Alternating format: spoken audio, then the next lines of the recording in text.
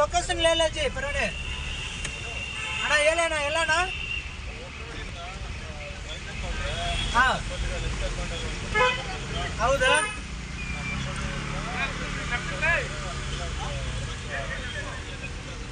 ಹೌದಾ ಸರಣ್ಣ ಆಯ್ತು ಬರ್ತೀನಿ